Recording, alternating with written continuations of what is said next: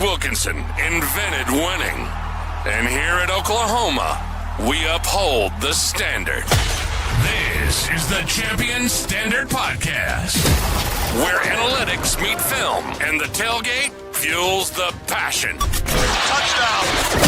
From deep dives in the film room to advanced stats that tell the real story. Ready? We bring Sooner football into focus like never before. The roar of the palace on the prairie, the legacy of champions, and the pursuit of the next one. It's all right here, so lock in, because this is Oklahoma football. This is the Champion Standard. Let's go! Let's go! Go!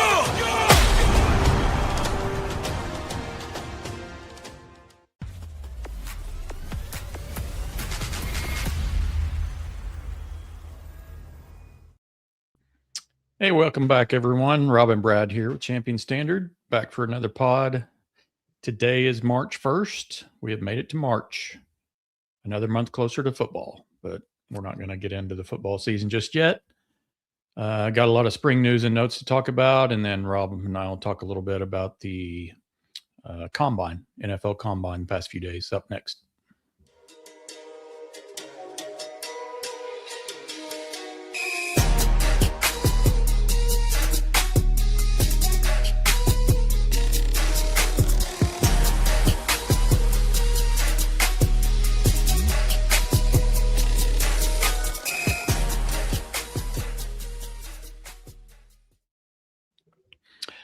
Before we jump in, please hit those like and subscribe buttons. Yeah, I always like to catch you off guard. It's funner that way. Oh, man. Appreciate all the subscribers out there. We need 40 more, so tell all your friends and family. That'd be great. How's it going, man? Feels like just another spring day. Here we are, March already. It feels like winter's in our rearview mirror, doesn't it? Yeah, I'm ready. I'm ready for spring. I mean, this is like the get into March and everything's going to start ramping up. You got the spring game coming around the corner. You've got baseball's going to ramp up in conference play here pretty quick. Mm-hmm. Softball. I mean, gymnastics is killing it again. Yeah. Both men and women's are just dominating. Right. There's a lot. February is kind of boring. I mean, there's gymnastics going and stuff like that, but now that we get just a hint, just a taste, just a little bit of taste of football here with the spring practices, and football brainiacs are going to have notes flowing in. James, he's going to have his videos, and we're all going to geek out on that. And I mean, this is like, we've kind of took from national championship day, and the Super Bowl break, and then you don't have anything for like 3 weeks, and the next 6 months is going to fly. They're going to fly. There's going to be plenty of stuff.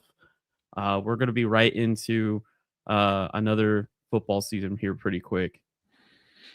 Yeah. I'm glad we had the Olympics kind of thrown in there in between Super Bowl and now. Just it kind of took up a little bit of February, just like you said, just to kind of, that's usually a day.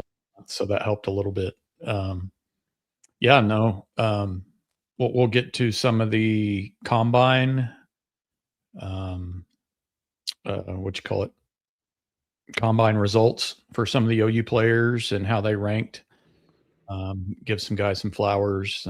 Some are definitely deserving from that here in a little bit. But you touched on it. There's a lot going on. I wanted to mention before I forget about it, you talked about spring practices beginning, but I wanted to mention there's going to be another spring game. I don't know about you, but I'm kind of excited after 1 year of not having one. I forgot what it was called last year. Crimson something. Crimson Combine. Not spring game. That's what it was. Not. Yeah. I was just going to pull this up right quick. Yeah.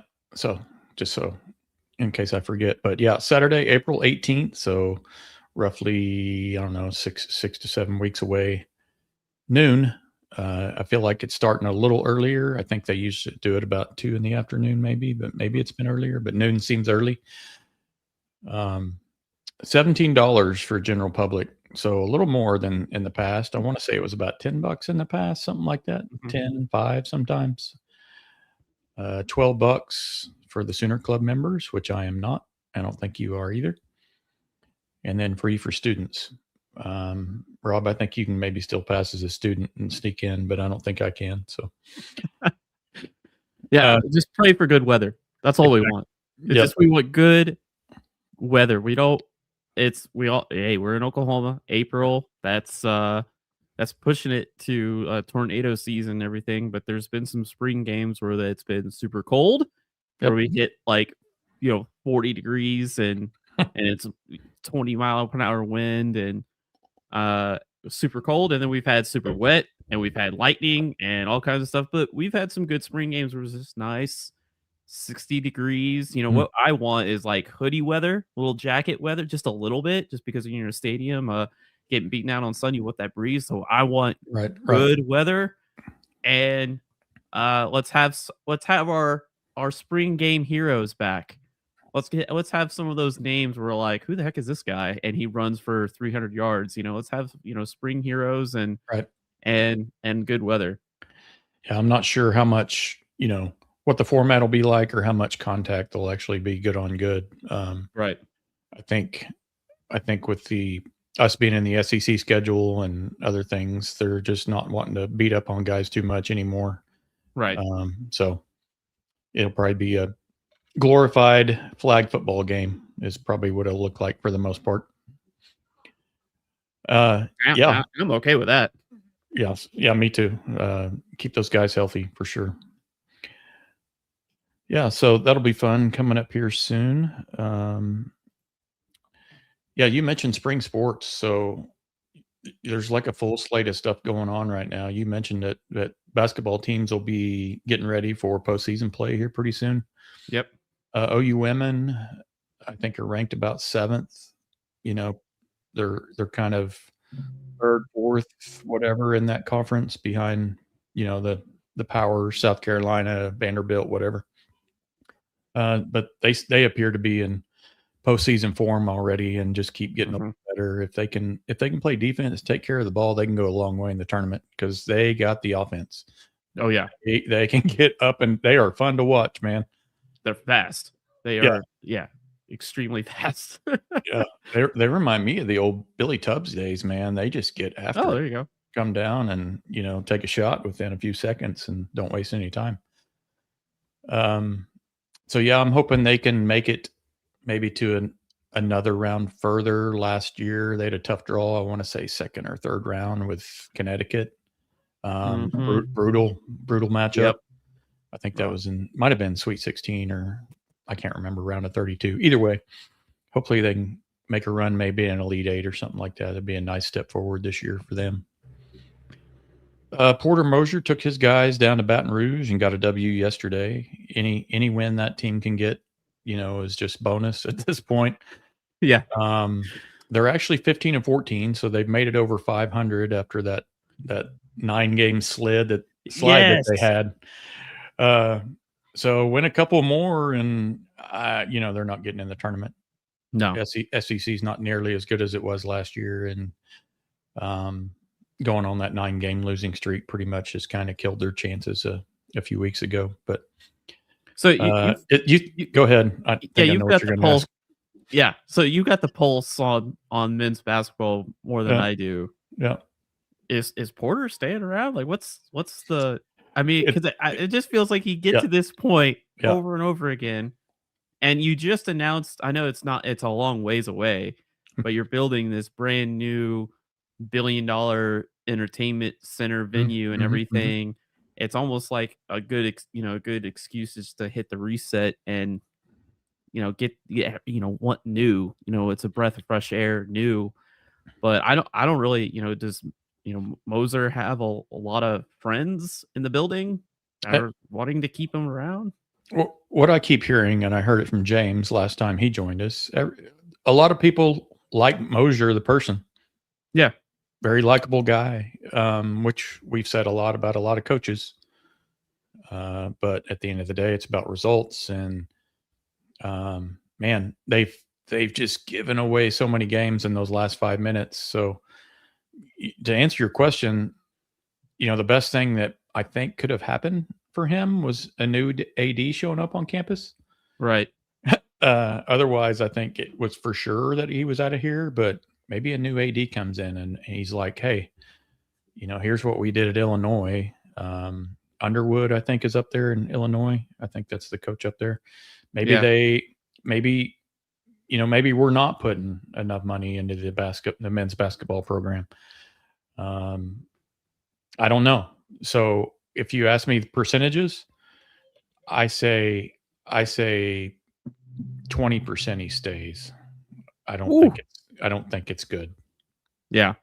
But what's his contract like? I don't know. Dollar. I don't know. I don't think it's a huge buyout or anything like that, if I remember right.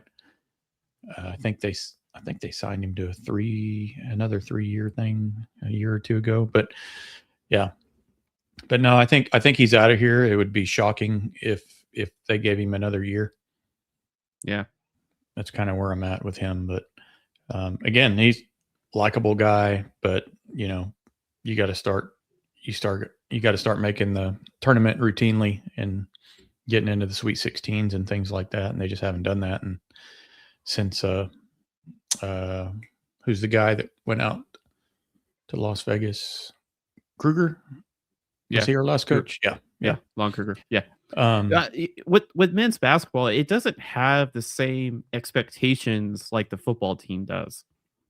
Football team has wild expectations. Like we want championships, and with men's basketball, like you said, like we would like to see a Sweet 16. We want to be competitive. We want to be in the tournament. We want to be, competing for, like that Sweet 16, Elite 8 would be, but and even then, it doesn't even have to be every year. I mean, it's just like we want to see a little bit of growth. We want to see our guys graduate or, go to the NBA or just graduate. And then, you're going to have a year or two where our fan base is like, yeah, we're young, we're young, but we're growing. And you have those teams every 3-4 years that are, again, being in the tournament and finding success. But it doesn't feel like Porter's going to find it here in Norman. So, no. I think, I would kind of agree to your 20% ish odds. That may be generous. That may be generous. So, well, I looked up his buyout too. It's only like $5 million. So like his buyout is approximately 5.1 to 5.8 million. It runs through 2028 with roughly 6.9 and guaranteed. So depending on when they release them or so, but it's only about, 5 million. I mean, that's not right. That's not something where you're looking at like, oh, we have to keep them because of dollars, right? Type of number. So I think you could probably make that move pretty easily if you're OU with the resources they've got to go find themselves another coach. Yeah, that pales in comparison to the Jimbo Fisher $80 million buyout or what the heck that was at one time. Remember? Yeah, that was wild. That was crazy. So Diamond news, baseball team, I think, is rolling along. They're about 10-1. Don't quote me. That's what I was about to say. Is 10-1. I don't know if they played their game yet today. They got beat up on once last week by Arizona State, but came back and turned around and beat them. And they're playing good ball. They look like they got a good young team. Down there. And then the softball team, man, I think they probably moved their record. I want to say to 19-1. Yeah. 19-2. They have 2 losses. Sorry. So let's just say 19-2. Just rolling teams. I feel like this was one of those weekends where we had what I like to call just a win stuffing weekend. We just stick about 6 teams in there. We just go run rule and just kind of pad some wins on our record. I was going to say as much as as we look at the football schedule, the 2026 football schedule, and look how we've got Georgia and Texas and Ole Miss with Chambliss, who might be the Heisman candidate. the OU baseball team and their schedule, holy crap. They play I think 10 SEC teams and half of them are in the top 10. Sure, yeah. That schedule is wild. It's I mean, brutal. it is. I mean, I know, I remember you telling me going in the SEC, the baseball schedule was going to be insane. That's where But it's I mean, at. I think Baseball is SEC, yeah. Yeah, so they play 5 top 10 teams. 5 top 10 teams. Half OU their baseball. game scheduled that's crazy. I think they'll be a really solid unit. I think they're just going to go through a gauntlet and go through a lot of ups and downs. And again, it's all about postseason. So, but they've got a brutal schedule. I bet if you're on the baseball team, you hear everyone talking about OU football's schedule. They're probably like, "Hey, have you looked at ours?" Like, God dang, right? Yeah, it's rough. It's rough. It's as bad as softball, or they're the same. I mentioned softball. Yeah, 12 of the top 25 teams are in the SEC in softball. So yeah, baseball and softball, it's just loaded. It's nuts. Loaded. But LSU's kind of been on a heater in the SEC lately in baseball. So that kind of things run through them again. But you already mentioned it earlier, gymnastics, man. Whew. What they've been doing down in Norman, gymnastics on both sides. The women have been a little bit more successful than the guys, but man, I think the women just wrapped up. They're like, if there is such thing, regular season SEC champs. I think I saw that. So yeah, they're just rolling. I don't know what they're eating down there, but maybe they need to keep it up because that they are so good. Feel like they get a tournament. I feel like or a championship every other year. Feels like may not be that frequent, but that's what it feels like. Yeah. So between Patty and KJ Kindler, man, they're going back and forth on trying to decide who the best sports program is right down there now. Yeah. So did I miss any? That's all the spring sports, right? Yeah, I think so. Got a little around the world there. Yeah. 15 minutes. Heck yeah, there exactly. So can't wait for postseason basketball. That's always fun too. So combine, NFL combine. I think that kicked off, what was that, Wednesday? Yeah. I mean, Monday or Thursday, right? Somewhere around there. Yeah. It was later in the week. Guys started testing. I have a little bit of notable information, but I don't, if you have your stuff you want to pull up, you can. I'm good either way. Or you want me to pull up my notable information that I have? You go first. Yeah. Okay. I'm interested to see what you got. Yeah, there's several. If I have it here, I said I did. Yeah,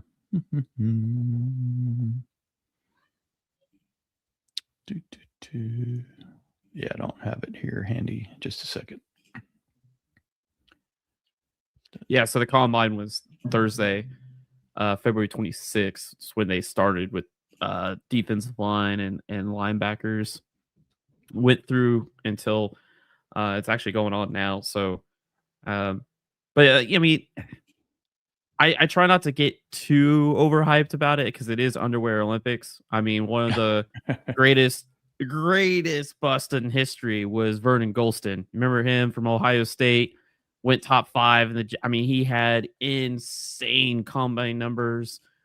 His production was okay at Ohio State, but he went into the combine, and it is all about selling yourself just to one team.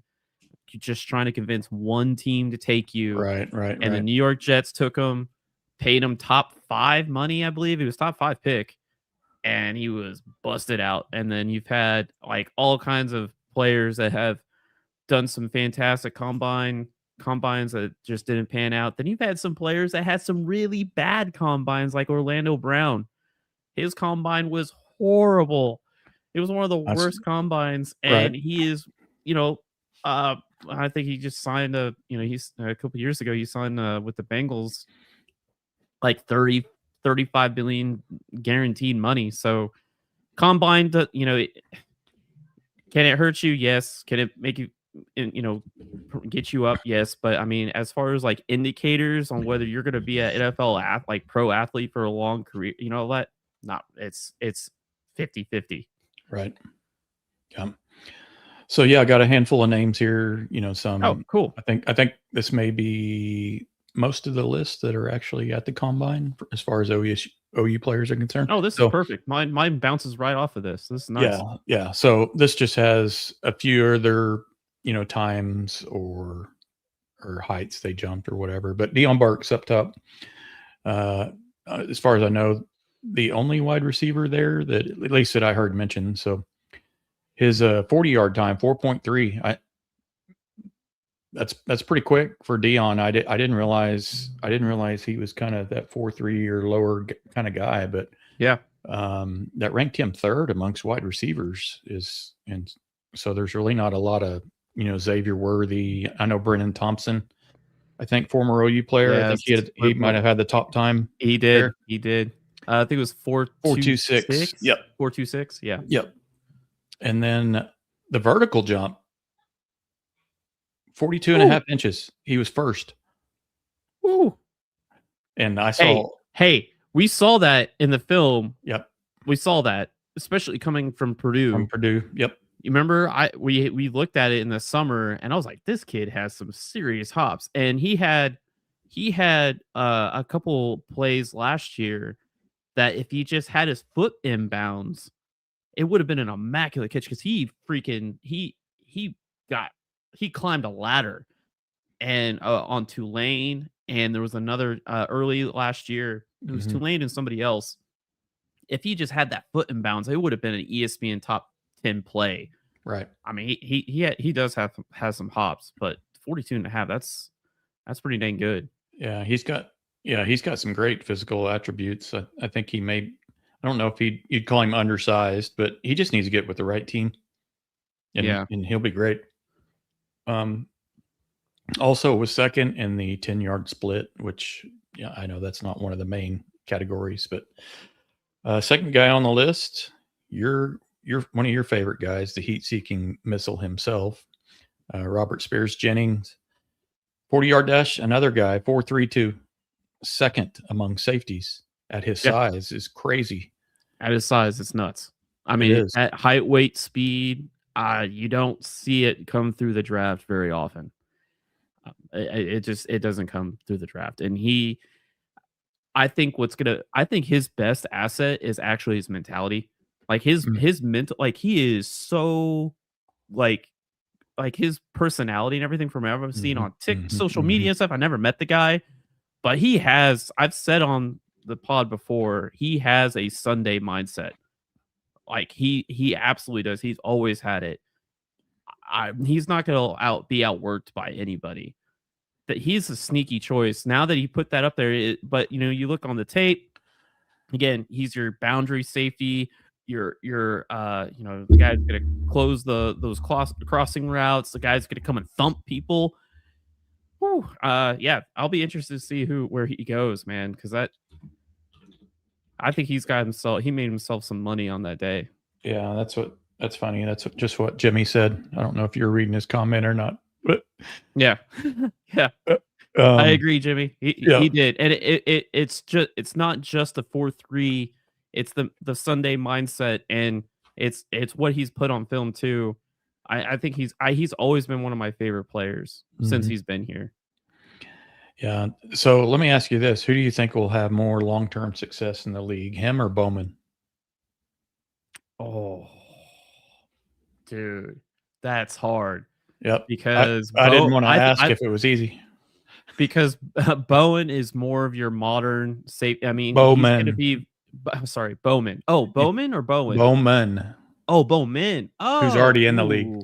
Yeah. Who's already in the league? Yeah, yeah. So with Bowen and Bowman, my answer would have been the same. It's because how versatile they are. Because where they go from one team to the next, they're always going to need that coverage safety. RSJ, he does have coverage skills, but he's more of a thumper. He's going to be a guy that's going to, he's going to be rolling, cover 3. He's going to be the safety that's coming down. He's going to be the guy that's going to be coming down the alley. I think he's going to be also a safety that can match up with tight ends, but he's not going to be your deep third or your free safety type guy. And like when you're going through the NFL career like arc, you're bouncing from one team to the next, and you're looking at 10 years. You're looking at how versatile are you. I would lean towards that, but at least towards Bowman and Bowen, just because of the position they play. Right. I'm not sure because RSJ, I think I'll be watching his career, man. Like, I don't care what team he goes to. I'll be rooting for him. Yeah, I think Bowman and Bowen both are just a little more fluid at their positions. It's just like a natural flow with them, where he makes up a lot of with his RSJ's athleticism allows him to make up for some things that he may not have naturally. But yeah, I think he's going to do great in the league. Yeah, free safeties just generally have longer career arcs because as they jump from one team to the next, they're more valuable to those teams. Like it's just by nature of their position. Yeah. Yeah. Hopefully he ends up with a defensive minded coach where he can just develop even more than he already has, but won't spend a lot of time on him. Jaron Kanek, they listed at the tight end position. Of course, he was going to test out well in the 40-yard dash because he's a track star. That's not been what has concerned us with him. It's been other things, blocking and other things, of course. So right. He may have to make his way on the special teams if he ever makes a 53-man roster, for the time being until he can find his place. But Owen Heineke, I don't know if he's still going to try to sue or have a second appeal with the NCAA or not, but I don't think he can if he's at the combine. Yeah, you might. Oh, that's right. Once they go to the combine, that's it. He's his Pro Bowl or the Senior Bowl is one thing, but going to the combine is something totally different. It's really sad to see him on this list, man. Like it really is. I mean, it makes no sense why the NCAA allowed him, like, didn't give him another year because of 15 minutes of playing time on lacrosse. Yep. Yeah. The one thing we can say about the NCAA is they're consistently inconsistent. Yeah. It's bullshit. It like is. NCAA needs to just kill itself off. Like they just need to go away. Yep. There's no point for the NCAA to be around anymore. The conferences will slowly gain the power and they'll take back the rules and all that stuff. That's a whole nother episode. Right. So he tested out well, 9th or 10th at linebacker positions. Great. Yeah. Isn't there at least there's hundreds of guys per position, right, that show up there? Yeah. Is that? I wouldn't say hundreds of guys. No, it's usually like maybe I would say like 20 to 30, depending on the position group. Like O-line might have like 40 or 50, but linebacker, there's probably only like 20 or 30 or so. Gotcha. There's not 100. Yeah. Okay. R. Mason Thomas ran well in the 40, 4.67. You don't need that guy to run, 40-yard dashes. You need that guy to run 10 yards and get to the quarterback. So that's where he's going to be utilized the most. Marvin Jones Jr. 11th. Gracen Halton. Now he's the guy, he tested early and 3rd in the 40-yard dash, which is crazy and enough. And then 1st in vertical, 36 and a half inches. I think I heard that was 3rd all time. Was it really? Yeah. That's so we knew he was a kind of an athletic freak, just twitchy guy, but man, he tested out great. So like you said, with RSJ, I think Gracen Halton may have made himself a little bit of money the other day as well. Yeah. Yeah. What's going to be going against Halton is his production a little bit, just because he had to share time with 3 other guys. But the first step explosions there, the hand plays the pad level, it's gonna be the run defense part that's gonna be a little bit, because he did have some big plays. One was like from Missouri, and there was a couple other, like one in Ole Miss where he had some great plays against the run. But if you look at like his last 2 or 3 years, there's a reason why Jaden Jackson and Dominic Williams and David Stone stole time from him was because of his run defense. Mm-hmm. So that's going to be a thing. But as far as like, when NFL teams are drafting, they're trying to look for those total players, those two-way players, run defense and pass rush. But if you're looking at one, you're looking at pass rush. Like if you're going to pick one trait, they're going to end up inflating their pass rush traits higher than the run defense skills. So I think this Gracen might have gotten himself in the third round with this at a floor, which is pretty good for a guy who's a rotational piece. But he's going to be, his stock is going to be soaring. Yeah, I agree. Yeah. I think he did himself well especially this last year in particular. Because he was probably a little bit off the radar, not this past year, but the year before. Felt like more of a rotational piece, and this year he really became a difference maker and really pushed for starting time a lot this year.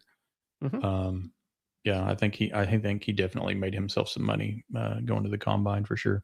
I had Dominic on here as well. I don't know. It doesn't look like he did a lot of testing. Said he did some benching, but maybe he didn't run. Yeah, he didn't do much. Yeah. I think that's most of the guys. Kendall Daniels may have been up there too. I was trying to check on a couple. I don't think Kendall did much either. Right. I mean, I think he only did. I'll look it up. I don't think he did much. No, Kendall didn't do much, and I want to say Wee Woo might have been up there as well, and he didn't do a whole awful lot either. So that's kind of the main guys that we had listed here. But the reason why you go to the combine, one of the biggest reasons you take that invite and you go, even if you only do bench press or if you only do jumps, it's the chance to actually talk to the teams. You're getting interviewed by all of them. Mm-hmm. Like it's a chance to get in front of not just like your position coach, but also getting the head of the regional scout, the head scout, all of it. You get it at a table with all of them, and getting that face-to-face time is premium because teams only have like 30 or so visits from players outside of the combine.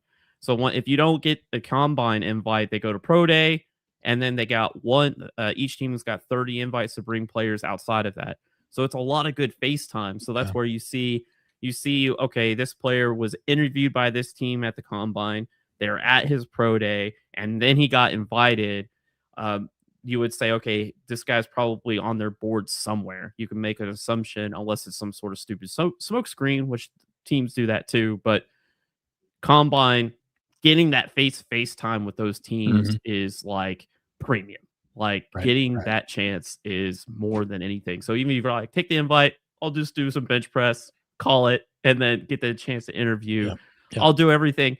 Because some of these guys might be, most of this stuff is like track stuff. I mean, cone work, vertical jump. You're not doing that shit during the season. Like most of and like the guys that are like Deion Burks and RSJ, like those are track guys. Like they ran, so like some of these, they have to. Maybe they're like, hey, I'm not ready for it. I'll just push it to my pro day, and I'll do all my numbers on my pro day to give me a little bit more time to get myself ready. Yeah. And that's why I put up Jimmy's comment, because there's combine and then pro day. OU does a fantastic job with their pro days. They run it as good as they get. I know Baker came back one time and didn't even have to throw to some of his guys to help them out on one of their pro days. I think Detroit head coach, what's his name? Oh yeah. Oh, he mentioned that at one point. Yeah. Dan Campbell. Thank you. Dan Campbell. Sorry. Yeah, you get the first name, I'll get the last name. Yeah, exactly. he mentioned that was one of the things he liked about Baker is Baker didn't even have to come back and do that, and he did it, through hundreds of balls to guys just to give them, give them their reps and give them their time at the pro day. But yeah, OU does it as good as anybody. So they'll have another chance to do that. Is that usually later in March, or is that into April, right before kind of the draft? I'm pretty sure it'll be here in a few weeks. Okay. Like I'm not. I honestly, OU should have have it posted. It should be posted right now. Yeah, I'll help find it too. I just had to clear my screen. And I'll go ahead and share my screen. This is what I've go ahead. got on. I mean, just a couple random things. Kind of bouncing off of your numbers, which is really good. It's scheduled March 12th. Okay. Yep. So yeah, it's usually just a few weeks. Okay, so this is relative athletic score. You can go to their website, ras.com. What they do is they take the public information of NFL combines and all the way back to 1987. And so they've got a database, and basically they just do a composite score on all of the different measurements and metrics of each player and kind of just rank them in accordance to all the players before them. Okay. So Gracen Halton, defensive tackle prospect, he scored 9.23, which would have ranked him at I need to expand this. I was like, where's my rank? Like, where's it at? There we go. That's better. So again, taking his 40-yard dash of 4.82, his 20-yard split, his 10-yard split, his shuttle, vertical, broad jump, height, weight, and speed, he ranked himself 158th out of 2,047 defensive tackles before him. That's massive. Like yeah, you're in the upper whatever percent that is. I don't do math on Sundays, so no, that's really good. And then Deion Burks followed it up, and he got an unofficial score of 9.24 of RAS out of a 10, which would have ranked him 292 out of 3,844 receivers. 40-yard dash, vertical broad, 40-yard, 20-yard split, 10-yard split, like you mentioned, was elite. His height and his weight are the only two not so good scores, but arm length good, hand size good. So a combined score of 9.24, 292 out of 3,844 receivers. That's wild, man. That's crazy. That's pretty good. And then I've got Jaron Kanik. So the players that didn't have the full, if they just lifted and stuff, Jaron was one of 3 that completed everything at the combine. Again, scored an 8.44 out of a possible 10, ranked him 213 out of 1,356 tight ends since 1987. Pretty good, man. I mean, it's kind of wild to see. Like, yeah, we knew he would test well in certain categories, right? So that was, for sure. He's a athlete track star wrapped in a hybrid body that he can't figure out what he's supposed to be just yet, Yeah, and I just realized I don't have RSJ on here. You're heat-seeking missiles not on there. What's going on? I don't know. Should we get him? Yeah, if you want to. Yeah, while you're doing. Okay, it's right here. I got something I could kill time with if you needed me to, but no, let's throw this in. Yeah, I had it. I just forgot to snip it in here. Yep. So RSJ. Let's see. Let's look at this. Yeah, the 4.32, 20-yard split, 2.5 elite, 10-yard split, 1.56 elite. Composite explosion, really good. His vertical wasn't too good at 35. Broad jump was elite. And this is where his score really comes in, is that size grade with his 6'2", 205 frame, while doing all of that, all of his splits and his 40-yard dash is really good. Scored him a 9.3 out of a possible 10, which ranked him 88 out of 1,242 safeties from 1987 to 2026. Do you think there ought to be a cutoff on when they do those measurements because of technology and just drugs? Evolution of the game? Well, trust. I know I was having a hard time coming up with PEDs. I was like, just the latest of everything else that have allowed guys to perform a little better. I didn't mean to say drugs, but you know what I meant. Well, I mean, I think more of influence is just the evolution of the game. Linebackers are smaller, safeties are smaller, corners. I mean, everything's getting smaller over the last like 8, 9, 10 years. Everything's condensing down. You don't get in to 12 personnel, 13 personnel, and it's not Right. a 3-yard cloud of dust anymore. You've got a lot of nickels, a lot of nickel, a lot of dime, a lot of penny fronts and stuff like that. Like there's all kinds. The game has transformed a lot, and you bring this up. All of this is public information. I was thinking about throwing all this on our web app because it's out there. Nice. You can just take it, and we could say in the last 5 years, we could say the last 8 years if we wanted to. But I could. Yeah, I think if you stay in the last 10 years, I think that's a good barometer. That way you feel like you're getting like a good, maybe a guy doesn't look overvalued, undervalued, or whatever. Maybe he is just like right in the middle of the pack if you do the last 5-10 years. I don't know. You know what I mean? Yeah, you're right. Oh, that's a good question. Who knows? But no, I think that'd be a great idea to stick it on the web app. Okay. Yeah, I can do that. It'd be super easy. Yeah. Well, that's what I got from the guys at the combine. Yeah, no, I think a few guys made monies. I didn't see anybody that necessarily hurt themselves. You know what I mean? Nah. We know, I think we talked about it. Next year is going to be the big draft, right? For OU. I think we're going to have several guys probably go in the top 4 rounds in the 27 draft. Possibly. I mean, you're looking at Bowen, right? And Bowen, Stone, Jackson, Kip Lewis. I don't know about the offense. That remains to be seen. Hopefully, Mateer is a top 5 quarterback. I don't want to be throwing out. You would hope so, right?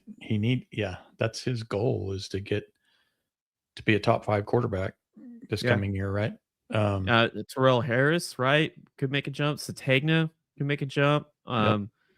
Offensive line should mostly be intact with as long as you got Fasusi and Foje, who are your 2 best players, like your all line should just be rolling until you have to graduate them. Luckily, we've got a Cooper Hackett, and who's the other kid that's coming in from this next class that's going to just kind of fill in filling those holes. So like our all line's starting to really pick it up. But yeah, to be honest, like the OU has it. I mean, when you look at the first round actually hasn't really been that great to the Sooners. It's been, you got to go back to like 2010 where you had Bradford and McCoy and Trent Williams. But if you really take the quarterbacks out, like the non-quarterback players, there's only been like 7 of them in the last like it hasn't been great. Years. You're right. Yeah, it's like 15 years.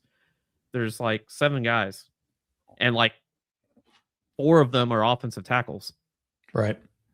You got let's see if I can name them: Anton Harrison, Tyler Guyton, which would have been Bo's first back-to-back first-round picks. Right. And then you had, when was Wanye drafted? Was he Lane Johnson came in 2013. Wanye Morris Wanye was a 3rd round or 4th. Okay, yeah, he was down a ways. Orlando, Trent Williams, you've already said. Trent Williams. Yeah, Trent Williams. Yeah, so I got him. And Creed. Creed was a 2nd round pick. Okay, should have been 1st round, but centers are center like one of those weird positions. It's a position of need, and it may use on this topic of offensive line. Like I know Beatenbow gets a lot of shit. Like a lot of people talk crap about him, but he has like 16 draft picks in his career. We were O-line U there for a decade. Yeah, it felt like. Coaches dream of just getting one player drafted in their career. Just they want one. They all try to get one. And Beatenbow in his last, I think, going back to Texas Tech, he had 2 guys from Texas Tech that got drafted. I don't think he got anybody from West Virginia when he was at Virginia. And then he had, I think we've got 13 or 14 players drafted at OU. So, I mean, he's got like 16 draft picks. I mean, if you look across the country, there's no O-line coach that has that. The only one that comes close is maybe Alex Mirabel, the O-line coach at Miami that was also at Oregon.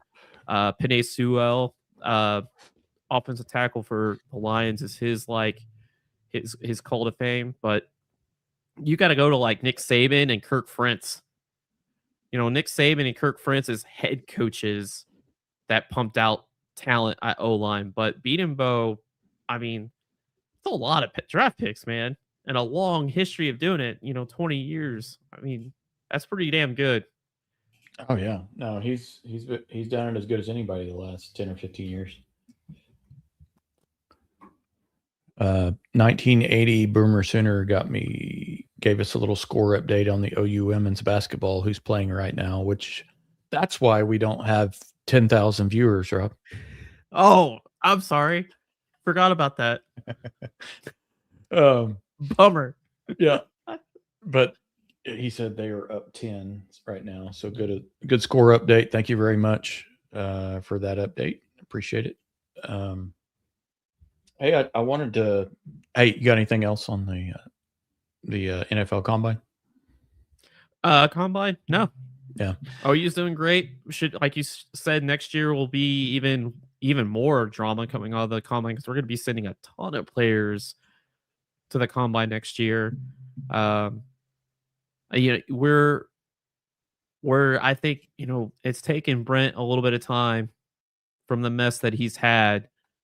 But we are really pushing like true SEC caliber type talent, NFL Sunday talent to the league. And when you get 10 invites and then you follow it up with possibly another 10 invites of Combine, and you start throwing in like 8 draft picks, and then you look at the draft class, the recruiting classes that we've got these guys, and it's just going to keep churning. It's going to be churning, and it's looking good.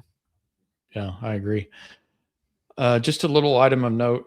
It kind of went under the radar, but I always like to look at some of these future football schedules.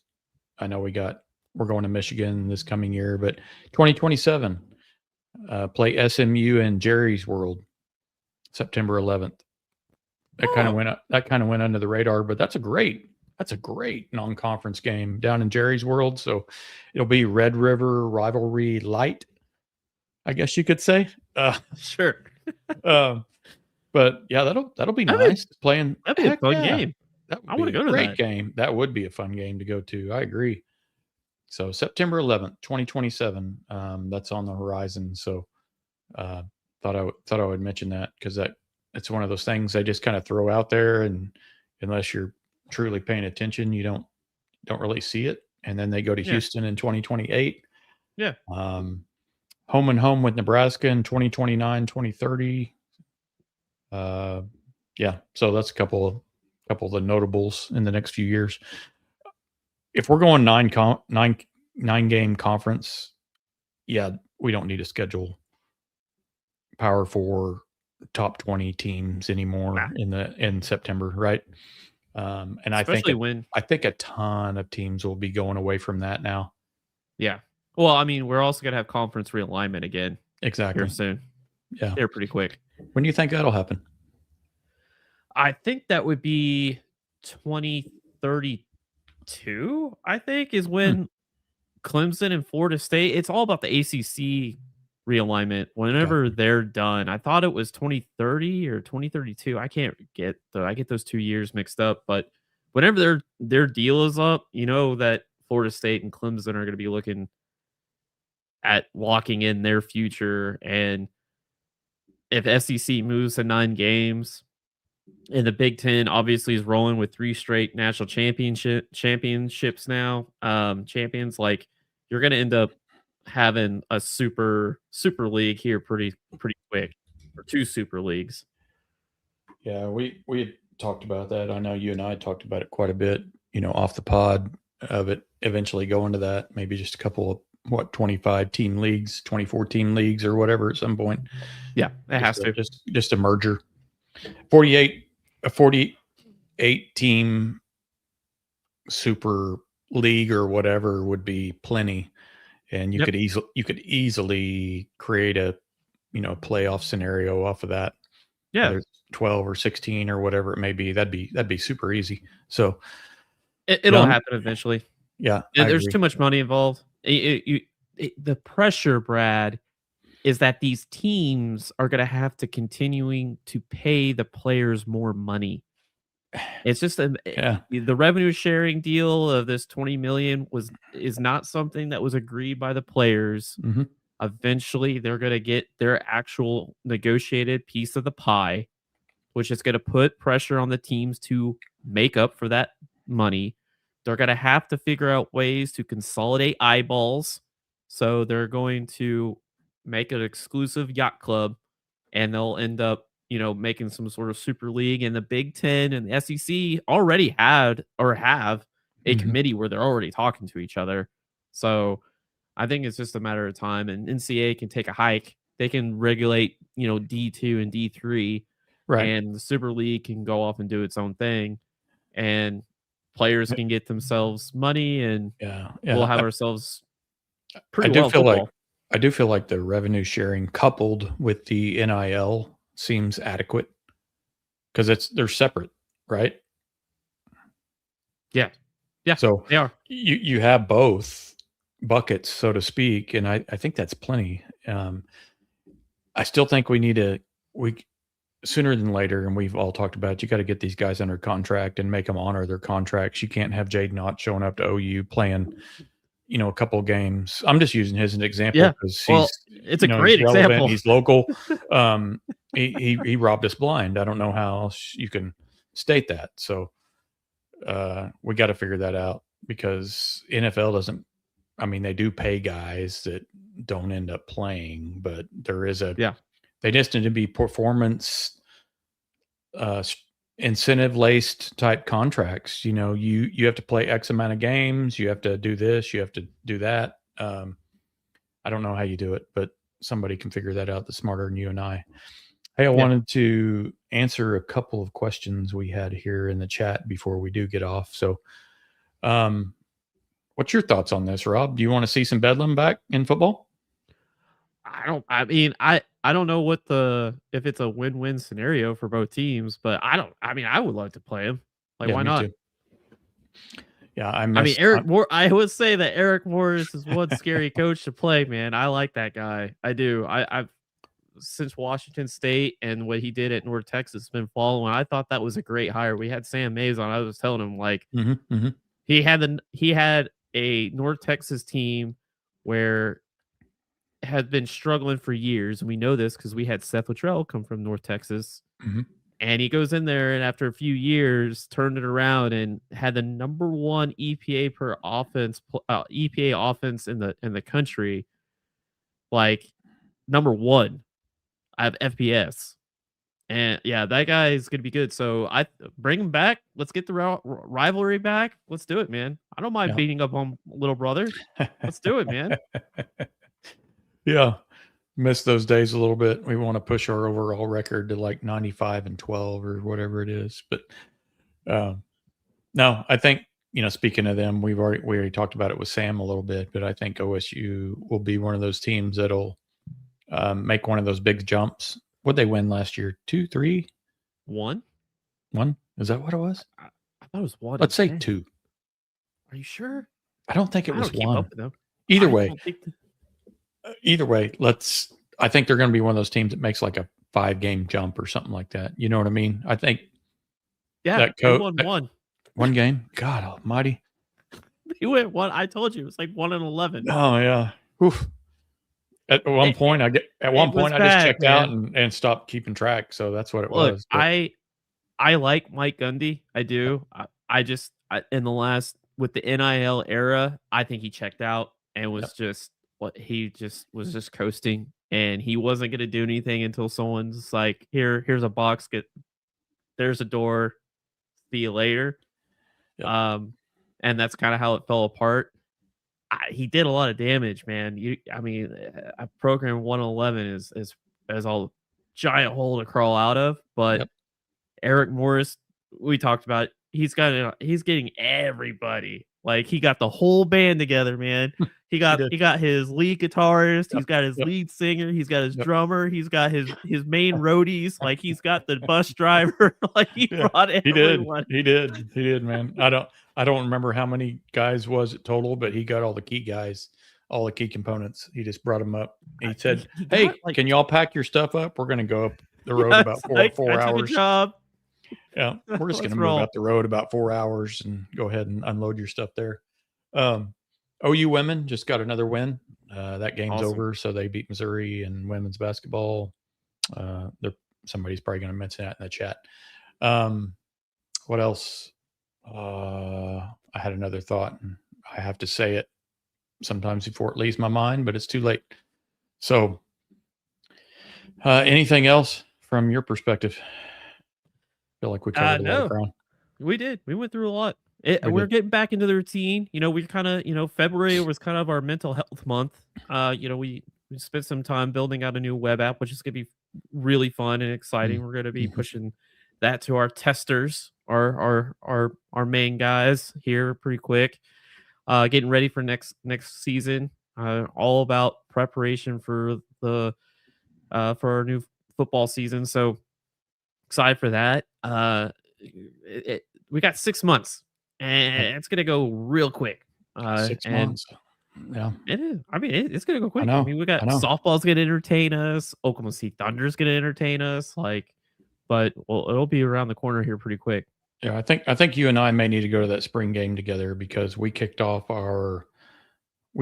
Champion Standard basically about 2 years ago.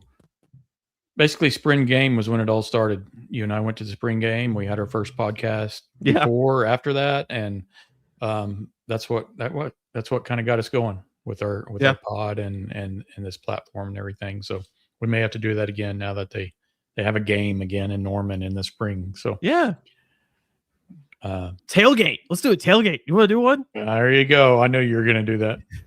It's at noon though. Yeah, right. That's kind of early. Yeah. Maybe just the game. Yeah. I know you can tailgate. 12 I love tailgating, year, man. It's fun. We have a good tailgate group, man. You have a great tailgate group, and you just have to drag these OGs out that aren't the tailgaters. But hey, I made it to my 2 or 3. What I committed to. Yeah. You're doing more. You're doing a couple more. I will do a couple more.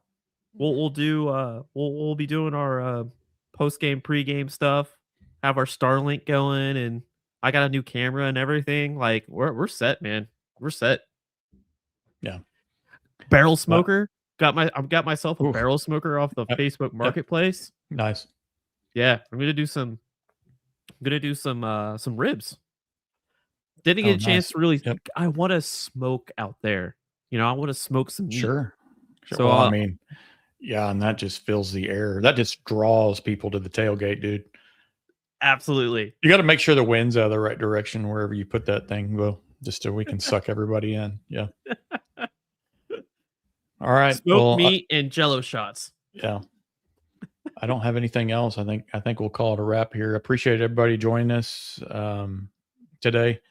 I know it was kind of an off Sunday, and I know people were watching the OU game and watching our pod at the same time, so appreciate that. But we will talk to y'all soon. Thanks, everybody. Boomer.